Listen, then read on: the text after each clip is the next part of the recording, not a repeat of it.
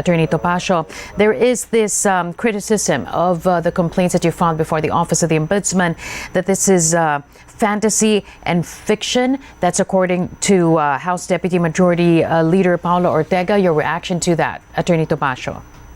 Well, Carmina, the insertions are far from being fantasy and fiction because we have copies of the bills as approved by the bicameral committee and by both chambers of Congress, and they do contain entries that have zero amounts. And then later on, when it was transmitted to the President, meaning the General Appropriations Act, then all of those blanks became filled up. So that is not a fantasy. Maybe the fantasy lies in the fact in the amounts of the figures which they filled the blanks with.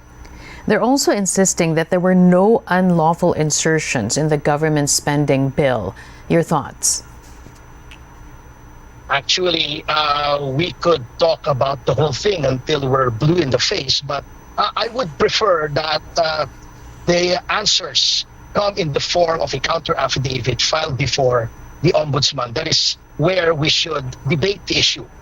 Of course, they will deny everything, so we will just let the law take its due course and let the Ombudsman determine who is right and who is wrong in this instance. I'm talking to you not as a lawyer of the complainants, but actually as one of the complainants, Attorney Topacio. What to you was the most compelling information that you received that left you no choice but to file these complaints before the Office of the Ombudsman, Attorney Topacio? For one, this is an act that to me is unprecedented in legislative history. There were insertions before, Ms. Carmina, but usually these insertions were piecemeal, and these insertions carried a definite form that were inserted after the approval of both chambers. In this case, the approved act contained blanks, and right before they were transmitted to the palace as an enrolled bill, that's where the insertions came from, and they were wholesale, and the amount is staggering to the human mind, 241 billion pesos. So that is one. The second is the evidence leave no doubt that there were indeed insertions. We have copies of the bill as approved by the bicameral committee and copy furnished members of both the House and the Senate. And these contain blanks which are at variance with the version finally signed by the President. So to me, all these matters evince a blatant desire to tamper with the legislative process in appropriating funds in order to do something with these funds that are not authorized by law, and which amount to undue delegation of legislative power, which is not only illegal, but unconstitutional as well. Where do you think, if it is true what you're saying, Attorney Topacio, where do you think they're going to use the funds? I have no idea. I do not want to surmise, because our complaint is limited to the possible criminal liability of those who perpetrated such a fraud upon the Filipino people. Our end game here is to see to it that those who made these deeds shall be held to account before the bar of criminal justice and the appropriate penalties meted to them.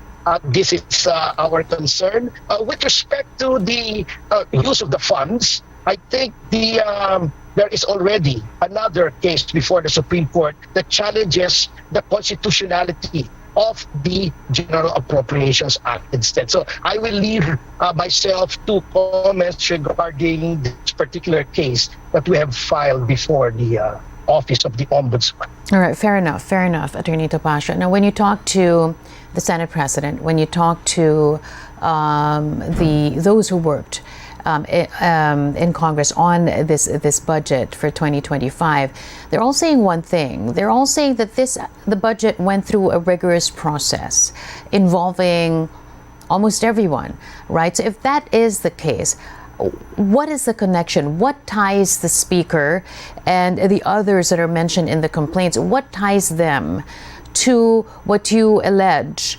were unconstitutional acts? Why them and not, and why not by, the reasoning of the Senate President and leaders at Congress that this actually went through a rigorous process? So why zero in on just a few? Go ahead. Okay, for one, the GAA, as all other budgets, are appropriation bills, meaning all appropriation bills must emanate from the House, and therefore the chamber of origin is the House, and it is returned there after it is approved by the bicameral committee.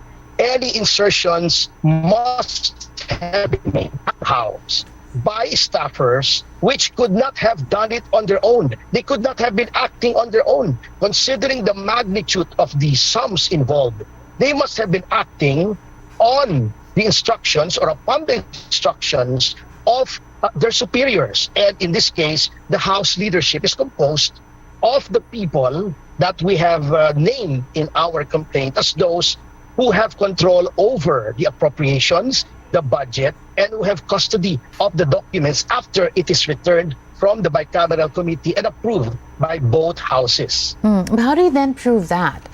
You're saying that the staffers must have, gotten the orders from their superiors, from their principals. And if it is true that that's actually what happened, how do you then prove that, Attorney Topacio? Circumstantial evidence is, of course, admissible in any criminal case. Of course, we will have no video of them ordering their staff to do it. We will have no videos of the actual staffers doing it. We have no written instructions, of course, owing to the sub rosa nature of what we have alleged. But when you take the totality of circumstances, it could not have been otherwise unless the staffers will admit that they did it on their own. Well, that is another matter. But under the doctrine of command responsibility, under the doctrine of circumstantial evidence, it leaves us no choice but to strongly believe that these insertions were made at the behest and upon the instructions of those whom we have named in our complaint affidavit. Finally, before we let you go, Attorney Topacio, all this that you said, your critics at the House of Representatives are saying only one thing, that you did this sort of as a diversionary tactic from the looming impeachment complaint against the Vice President. Your thoughts on that? Well, the timing was made after the impeachment because this has been a long process. We have started our research, the gathering of evidence, which was not easy because up to now, our request for a copy, a certified true copy of the enrolled bill has not been addressed by the House. So we had to research this, we had to study it, gather evidence, get complainants. And so the timing was done right after the filing or the transmission of the impeachment complaint to the Senate, effectively impeaching the Vice President, because this was the time that we finished everything. It was a long, thought-out process, and unlike some of the members of the Quadcom, we cannot act without thinking. All right. Our crew was there during the filing of the complaints before the Office of the Ombudsman, Attorney Topacio. Who made the first move? Who rounded up all those that you were with this morning and said, okay, this is going to be the move, this is going to be how we're going to do it, and let's all work on this and see each other at the Office of the Ombudsman come February 10 morning? Who made the first move? As I said, it is a long process. It was the Speaker, the former Speaker, I should say, who tried to get people on board. And I am here because as a member of Congress, as still an incumbent member of Congress, he has access to some of the documents, and not only that, he's very familiar with the process as to how a bill, especially something as complicated as a General Appropriations Act, becomes law. So he was the one who first noticed some anomalies, including, but of course not limited to him, including Senator Ivy Marcos, Congressman Ungab, and they went to some people who were willing to get on board. The Citizens Crime Watch, which I represent in this suit, has been existing since 1992. We have filed numerous cases across all administrations against people, against public officials who we think have erred and broken law. We have filed a case against Congressman Garin when she was secretary for Deng Baksha. We have filed the SAP 44 case against former President Aquino. We even filed a case against Secretary Ramon Lopez during the Duterte administration. So this is our advocacy in the Citizens Crime Watch since 1992. And we are non-partisan. We will file a case against anyone. We even filed a case against Commissioner Guanzon for graft. All of these cases are now pending before the proper courts, either the Sandigan Bayan or the RTC of Bulacan, as the case may be. And this is our advocacy. So talagang pakialamero kami, so to speak. Whenever we see that there may be an injustice, whenever there may be graft, whenever there may be an affront to public funds, the Citizens Crime Watch is quick to step in and try to carry the brunt of the fight for the Filipino people.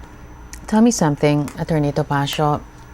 The former Speaker, Pantaleon Alvarez, he is, as you said, a sitting congressman in the 19th Congress.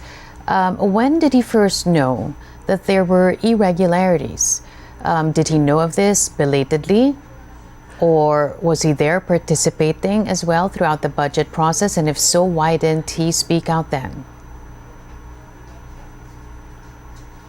I would not be qualified or competent to speak on behalf of Congressman Alvarez. But what I know is that 2 weeks ago, I was contacted by some people, mutual friends, and they asked if the Citizens Crime Watch were willing to be one of those in the vanguard of this legal battle. And I told them we should look at the complaint first and the evidence and evaluate to see whether we are willing to lend our name to this.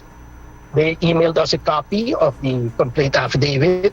We suggested some changes and we said, okay, we are on board. So that is how it all began. As to how Speaker Alvarez came to the knowledge of these anomalies, I would not know. I'm sorry. Okay, we're going to have to leave it at that. We've run out of time. Attorney Ferdinand Topacio, they're joining us this noon. Thanks again for taking our call. Thank you so much. It's been a pleasure. And thank you for the opportunity, and God bless.